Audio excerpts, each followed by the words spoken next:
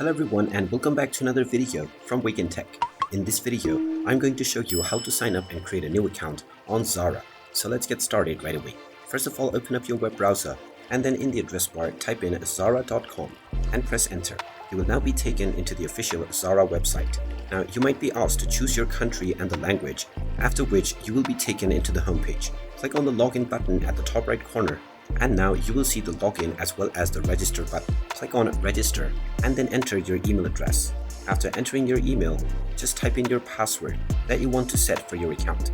Then enter your first and your last name and then click on the checkbox which says that you have read and understood the privacy policy. Then click on create account and you will be taken into your profile directly. And now you have successfully been signed up to your new account on Zara. And there you have it. That is how easy it is to sign up and create a new account on Zara. If you find this video helpful, make sure you hit that like button and subscribe to our channel if you haven't done so already. Also ring that notification bell to never miss another update from us. Thank you for watching and I will see you again in the next video.